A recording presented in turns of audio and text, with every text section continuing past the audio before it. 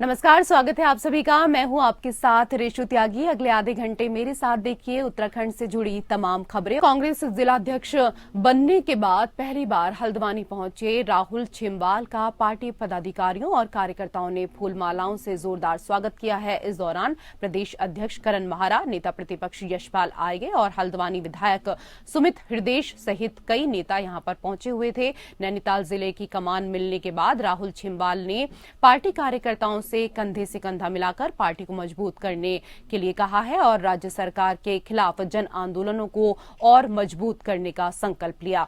इस दौरान उन्होंने कहा कि महंगाई, बेरोजगारी और रुके हुए विकास कार्यों के लिए कांग्रेस अब सड़क पर आर पार की लड़ाई लड़ेगी। वहीं नेता प्रतिपक्ष यशपाल आर्य ने कहा कि इस सरकार में अधिकारी इतने बेलगाम हो गए हैं कि विधायकों की भी नहीं सुन रहे हैं। यह बात स्वयं सत्ता पक्ष के विधायकों की तरफ से भी कही जा रही है। वहीं प्रदेश अध्यक्ष करण माहरा ने कहा कि कांग्रेस बूथ नमन का कार्यक्रम चलाने जा रही है। से चाहते हैं कि हम जिम्मेदारी से बूथ कमेटी के जो हमारे मेंबर्स हैं उनसे मिलें, उनका उत्साहवर्धन करें, उनके साथ उनसे उनकी परेशानी को समझ के कांग्रेस को मजबूत करने का काम करें। और जो रोजगार वाली बात है, हर घर में बेरोजगार लड़के लड़कियां पड़े हुए हैं और सरकार में कुछ दिखता नहीं। 70,000 से ज्यादा नौकरियां अकेले रेलवे की खत्म हो गई और 30,000 के आसपास एमईएस की नौकरियां खत्म हो गई। हमारा एसएसबी का सिविल जो ग्रेड था वो पूरा खत्म कर दिया। नौकरियां लगातार खत्म हो रही हैं। हम उन नौकरियों को बचाने के लिए अग्निपथ लाके भी नौकरियां ही तो खत्म हुई हैं। हम इन सब चीजों के विरुद्ध नौकरी दो, रोजगार दो के नाम से एक मुहिम चलाएंगे, जिसको सुमित भी चलाएंगे, हम भी चलाएंगे, भुवन भी चलाएंगे, यशपाल जी भी चलाएंगे, हमारे जितने अध्यक्षगण हैं वो चलाएंगे। देखिए, हमेशा कांग्रेस हमेशा संघर्ष से ही आगे बढ़ी हुई है और निश्चित रूप से हमें माननीय प्रदेश अध्यक्ष और माननीय नेता प्रतिपक्ष और हमारे सभी विधायकों के आशीर्वाद से ये जिम्मेदारी मुझे जिला अध्यक्ष की मिली है। और निश्चित रूप से मैं कार्यकर्ताओं को विश्वास देना चाहता हूं कि ये जिम्मेदारी का मैं निर्वहन बहुत ईमानदारी से करूंगा, कार्यकर्ताओं के हित के लिए करूंगा, कार्यकर्ताओं को जो भी जिसे कहते हैं कष्ट परेशानी होगी उसके लिए करूंगा। और निश्चित रूप से आपको देखिएगा ही देगा कि कुछ समय के बाद की नैनीताल जिला कांग्रेस कमेटी में एक नया कलेवर आया हुआ है। सियासी पारी और कांग्रेस के लिए बड़ी समर्पण भाव से उन्होंने अपनी सारी राजनीतिक दिशा और दशा हमेशा रखी है। तो राहुल छिंबाल जी एक बड़े अच्छे पात्र हैं जिनको एक अहम जिम्मेदारी मिली है। नैनीताल जिला बड़ा महत्वपूर्ण जिला है। पंडित नारायण दत्त तिवारी जी और गोविंद बल्लभ पंत जी के ज़माने से ये जिला कांग्रेस का एक मुख्य जिला रहा है इस देश में। तो अवश्य इस देश के प्रमुख जो जिला अध्यक्ष हैं गण हैं, नैनीताल का जब नाम आता है तो अवश्य उनमें शुमारी पाते हैं। तो मेरी आशा और शुभकामनाएं हैं उनके साथ। मेरी आशा ये है कि वो अच्छा कार्य करेंगे, सबको साथ लेके चलेंगे। मेरी शुभकामनाएं हैं कि उनके नेतृत्व में कांग्रेस अच्छा प्रदर्शन करेगी। मेरी असलियत तो यही है कि जो अधिकारी हैं बेलगाम हैं। जब भारतीय जनता पार्टी के माननीय विधायक कह रहे हैं कि हमारी सुनवाई नहीं होती है, हमारे अधिकारी हमारा फ़ोन रिसीव नहीं करते हैं, हमारी बात नहीं सुनते हैं, तो आखिरकार सरकार क्या कहना चाहती है? सरकार क्यों उनके दबाव में है? सरकार आखिरकार अधिकारियों को उनके पेच क्यों नहीं कसती है? और उधर अल्मोड़ा जिले के विकास खंड सल्ट में कैबिनेट मंत्री सतपाल महाराज ने mahseer fishing camp outer zone of Corbett national park में चल रहे कौतिक इंटरनेशनल फिल्म फेस्टिवल के समापन के मौके पर उत्तराखंड के पर्यटन मंत्री सतपाल महाराज ने मुख्य अतिथि के रूप में प्रतिभाग किया। फिल्म निर्माताओं को उत्तराखंड में फिल्में बनाने के लिए प्रोत्साहित किया। उन्होंने बताया कि उत्तराखंड देवभूमि है और यहाँ की प्राकृतिक सौंदर्य और यहाँ की खूबसूरती फिल्म निर्माताओं के लिए बहुत अनुकूल है। इस प्रदेश में फिल्म निर्माताओं के लिए अपार संभावनाएं हैं। फिल्म फेस्टिवल में लगाए गए स्टॉल का भी कैबिनेट मंत्री सत्यपाल महाराज ने निरीक्षण किया। पहाड़ी उत्पादन की बनाई गई सामग्री की जमकर प्रशंसा करते हुए उन्होंने कहा कि पहाड़ी को बनाने से निश्चित ही लोगों को स्वरोजगार मिलेगा, स्वरोजगार से जुड़ेंगे। कार्यक्रम के आयोजक राजेश शाह और शालिनी शाह ने बताया कि वह पिछले 5 सालों से 2017 से इस कार्यक्रम को कराते आ रहे हैं। ऐतिहासिक यहाँ पर कौतिक इंटरनेशनल फिल्म फेस्टिवल हुआ है, जिसमें 44 कंट्रीज के लोगों ने पार्टिसिपेट किया है। इसमें 40 फिल्म प्रदर्शित की गई, 6 एनिमेशन हैं, 8 डॉक्यूमेंट्री हैं, 16 शॉर्ट फिल्म हैं, 10 फीचर फिल्म हैं। इसमें मोंजाल जी जो है बांग्लादेश से आए हुए हैं, मानिक रतन जो नेपाल से आए हुए हैं, जूडी ग्लैस्टोन कनाडा से आई हुई हैं, अकबर शाहबाद ईरान से आए हुए हैं। तो सभी ने मिलकर के यहाँ विचार विमर्श किया और यहाँ बहुत सुंदर प्रदर्शन हुआ है फिल्मों का और हमें देखने को भी मिलेगा। और हम चाहते हैं कि इस प्रकार के रिमोट एरियाज के अंदर ये इस प्रकार के फिल्म फेस्टिवल हों, जिससे कि हमारी फिल्मों को प्रोत्साहन मिले।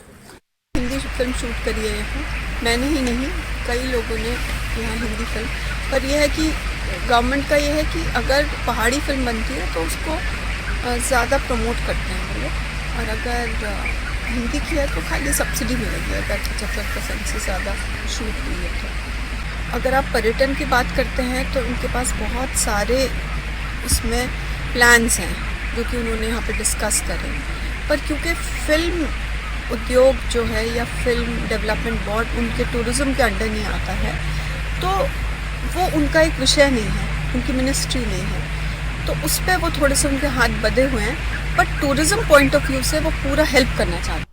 और अब बात रुड़की की करेंगे। रुड़की में एक मां ने अपनी सगी बेटी के साथ रिश्तों को शर्मसार करने वाला मामला देखने में आया है। दरअसल मंगलोर कोतवाली क्षेत्र के एक गांव में बेटी की डोली उठने से 10 दिन पहले ही बेटी के दहेज के लिए गए सामान गहनों को समेटकर उसकी मां अपने प्रेमी के साथ रफू चक्कर हो गई।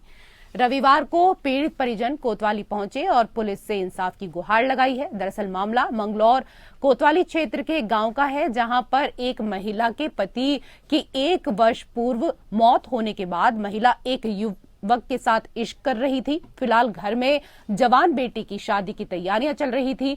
शादी का वक्त जैसे ही नजदीक आया तो घर के लोगों ने बेटी की शादी के लिए दहेज इकट्ठा करना शुरू कर दिया और बेटी के लिए कुछ गहने भी बनवाए। लेकिन बेटी की डोली उठने से पहले ही उसकी मां बेटी के दहेज के लिए लाए गए जेवरों को लेकर अपने प्रेमी के साथ फरार हो गई।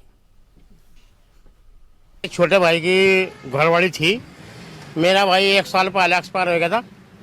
उसी घरवाली 9 दिन के आज 9 दिन की मिट्टी आनी थी उसके बच्चों की, लड़की की उसकी, और वो कल मतलब किसी के साथ फंस के उड़ा, एक लड़का विकास उसके साथ चली गई कल जी।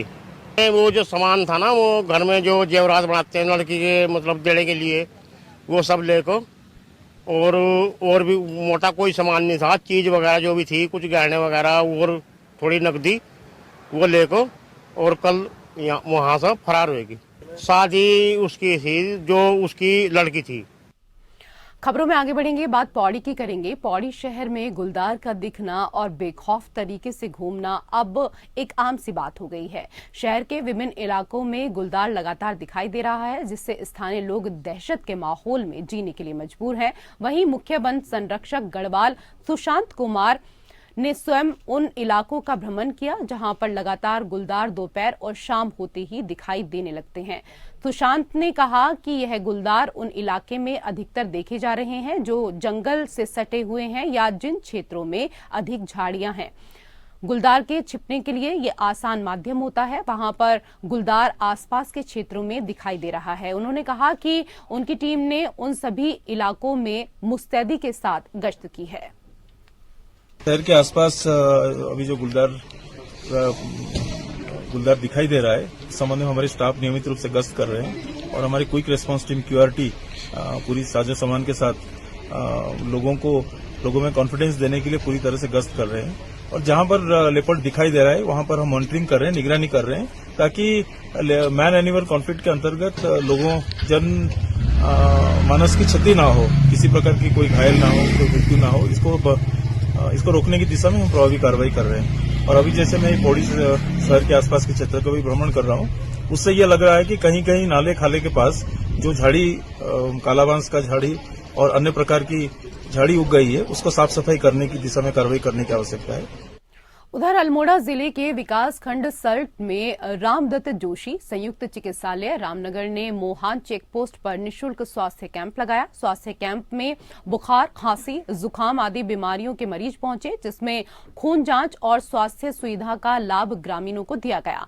ग्रामीणों को निःशुल्क दवा वितरित की गई। स्वास्थ्य कैंप में मोहान, कुनखेत, सोराल गांव के ग्रामीणों ने स्वास्थ्य लाभ लिया। ग्रामीणों का कहना है कि इस तरह कैंप लगने से ग्रामीणों को काफी लाभ मिलेगा। सबसे पहले तो मैं आपको बता दूं, ये कैंप हमारा रामनगर जो हमारा सरकारी हॉस्पिटल रामदत्ता हॉस्पिटल उसी ओर से लगाया गया है। यहाँ पर हम फ्री में यहाँ पर स्वास्थ्य शिविर है ये, और इसका कि हम यहाँ पर एक तो हम दवाइयाँ वितरण कर रहे हैं और जो ब्लड टेस्ट है वो कर रहे हैं, और जो माइनर एक्सरे वगैरह है वो भी हम यहाँ पर करवा रहे हैं लोगों के लिए। और हम ऐसे ही पूरे महीने में हम अलग अलग जगहों पर कवर करते हैं। जो लोग प्रॉपर हॉस्पिटल में नहीं आ पाते हैं उनको हम एटलीस्ट कुछ दिन के लिए हम इमरजेंसी दवाइयाँ प्रोवाइड कराते हैं। और अगर जो कोई केस ऐसा होता है कि जो वहाँ पे हॉस्पिटल यहाँ पे नहीं कवर हो पाता तो हम उनको हॉस्पिटल आने की भी हम वो देते हैं। और रविवार को नौसेना दिवस के अवसर पर राजपुर रोड स्थित राष्ट्रीय जल सर्वेक्षण कार्यालय में आयोजित कार्यक्रम में राज्यपाल लेफ्टिनेंट जनरल गुरमीत सिंह ने बतौर मुख्य अतिथि प्रतिभाग किया।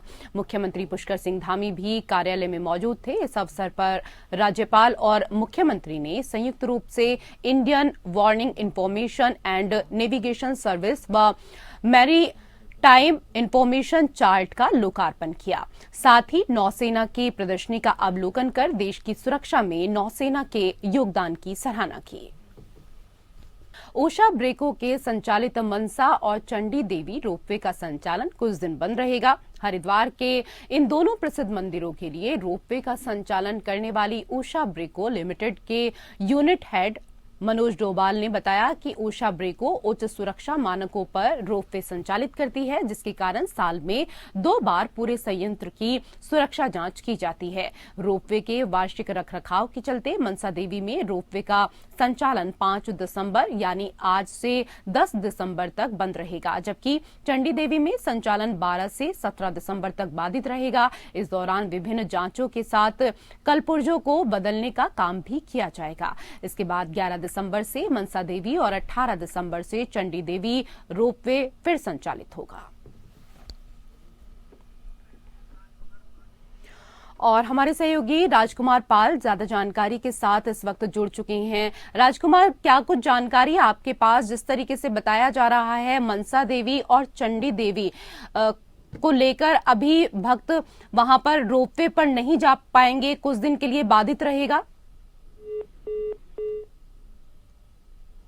तो संपर्क साधने की कोशिश हम करेंगे। साल भर में पूरे संयंत्र की सुरक्षा की जांच इस दौरान 2 बार होती है और इसी के लिए 12 दिसंबर से 17 दिसंबर तक ये रोपवे बंद रहेगा।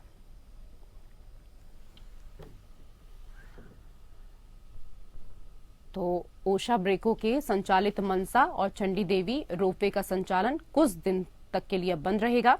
हरिद्वार के इन दोनों प्रसिद्ध मंदिरों के लिए रोपवे का संचालन करने वाली ओशा ब्रेको लिमिटेड के यूनिट हेड मनोज डोभाल ने ये जानकारी दी। उन्होंने कहा कि साल में 2 बार पूरे संयंत्र की सुरक्षा की जांच की जाती है ताकि किसी तरीके का कोई हादसा न हो। उधर आगामी 19 दिसंबर को दिल्ली में होने जा रही किसान गर्जना रैली में उत्तराखंड से भी भारी संख्या में किसान दिल्ली कूच करने की तैयारी कर रहे हैं, जिसके संबंध में जानकारी देने के लिए विकासनगर में भारतीय किसान संघ से जुड़े पदाधिकारियों ने पत्रकार वार्ता का आयोजन किया, जिसमें संघ के प्रदेश अध्यक्ष भुवन विक्रम ने कहा कि उत्तराखंड से हजारों की संख्या में किसान दिल्ली में आयोजित होने वाली किसान गर्जना रैली में हिस्सा लेंगे। उन्होंने बताया कि 6 सूत्रीय मांगों को लेकर होने जा रही इस गर्जना रैली में लागत के आधार पर लाभकारी मूल्य दिए जाने, कृषि आदानों पर जीएसटी समाप्त किए जाने, किसान सम्मान निधि में बढ़ोतरी, जीएम सरसों की अनुमति दिए जाने सहित अन्य मांगों को रखा जाएगा। का सबसे बड़ा संगठन भारतीय किसान संघ 19 दिसंबर को पूरे देश के किसानों को लेकर के रामलीला मैदान दिल्ली में एक रैली का आयोजन कर रहा है। हमारे 3 मुख्य बिंदु हैं। नंबर 1, लागत के आधार पर लाभकारी मूल्य किसान को दिया। सरकार अभी एमएसपी की बात करती है, किसान संघ एमएसपी के लिए तैयार नहीं, क्योंकि स्वामीनाथन आयोग ने जो अपनी रिपोर्ट दी थी उसमें एमएसपी का कहीं जिक्र नहीं, बल्कि किसान को लाभकारी मूल्य की बात है। तो किसान संघ लाभकारी मूल्य की बात करता है कि पूरे लागत के बाद 40% उसको लाभ जोड़ करके मूल्य मिलना चाहिए। उधर प्रधानमंत्री फसल बीमा योजना के अंतर्गत 1 से 7 दिसंबर तक जिले में फसल बीमा सप्ताह मनाया जा रहा है। किसानों को फसल बीमा कराने के लिए जागरूक करने हेतु उद्यान विभाग प्रचार वाहन के माध्यम से विकास खंडों में प्रचार प्रसार किया जा रहा है। मुख्य उद्यान अधिकारी तेजपाल सिंह ने जानकारी देते हुए बताया कि इस जागरूकता कार्यक्रम के तहत कृषकों को फसल बीमा योजना की जानकारी दी जाएगी और अधिक से अधिक कृषकों को योजना से जोड़कर लाभान्वित किया जाएगा। वर्तमान में रबी सीजन के तहत पुनर्गठित मौसम आधारित फसल बीमा योजना संबंध कार्यक्रम उद्यान विभाग के अंतर्गत संचालित है। इसके तहत 1 तारीख से लेकर 7 तारीख तक जो हमारा फसल बीमा पखवाड़ा है, उसके तहत हमारे जनपद में उद्यान विभाग की जो पार्टनर कंपनी है SBI जनरल इंश्योरेंस, वो क्या नाम है यहाँ पर अपना वैन चला रही है जागरूकता के विषय, जिसमें जो है क्या नाम है हमारे यहाँ पर जितनी भी क्रॉप जो संशोधित की गई हैं उनके संबंध में किसानों को जागरूक किया जा रहा है। इसके अलावा हमने फसल बीमा के तहत लगभग जो है क्या नाम है 1 तारीख से लेकर और 31 तारीख तक हम लोग जो है यहाँ पर विभिन्न जगहों पर विभिन्न विकास खंडों में कैंप का आयोजन भी करवा रहे हैं। अगली खबर रामनगर से है, जहां जंगल में पेट्रोलिंग को लेकर लापरवाही बरतने वाले कर्मचारी अब कोई बहाना नहीं बना सकेंगे। रामनगर वन प्रभाग प्रशासन ऐप के जरिए रखेगा अपने फील्ड कर्मचारियों की गश्त की पूरी डिटेल।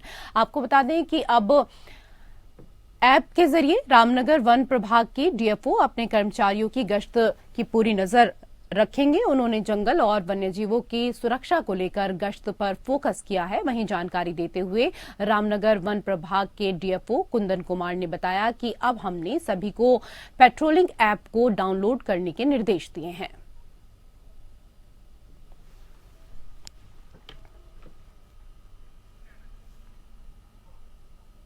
उधर स्थानीय उत्पादन को बढ़ावा देने के लिए राष्ट्रीय ग्रामीण आजीविका मिशन के तहत ब्लॉक परिसर में मार्केट का आयोजन किया गया। इसमें पहाड़ी उत्पादनों को सीधे किसानों के द्वारा बेचा जा रहा है, जिसका फायदा सीधे लोगों को होगा। संडे मार्केट में ग्रामीणों ने पहाड़ी दाल, शुद्ध जैविक सब्जियों के साथ ही ऊनी वस्त्रों की बिक्री भी की है।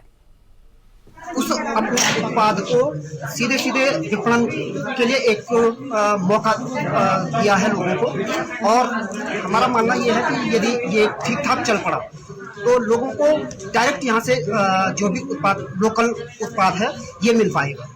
दूसरा, मैं एक बार खंड विकास कार्यालय ने बहुत पहले भी कोशिश की थी, लेकिन उस बार आजीविका मिशन का बहुत ज़्यादा इसमें रोल नहीं था, इसलिए ये कामयाब नहीं हो पाया।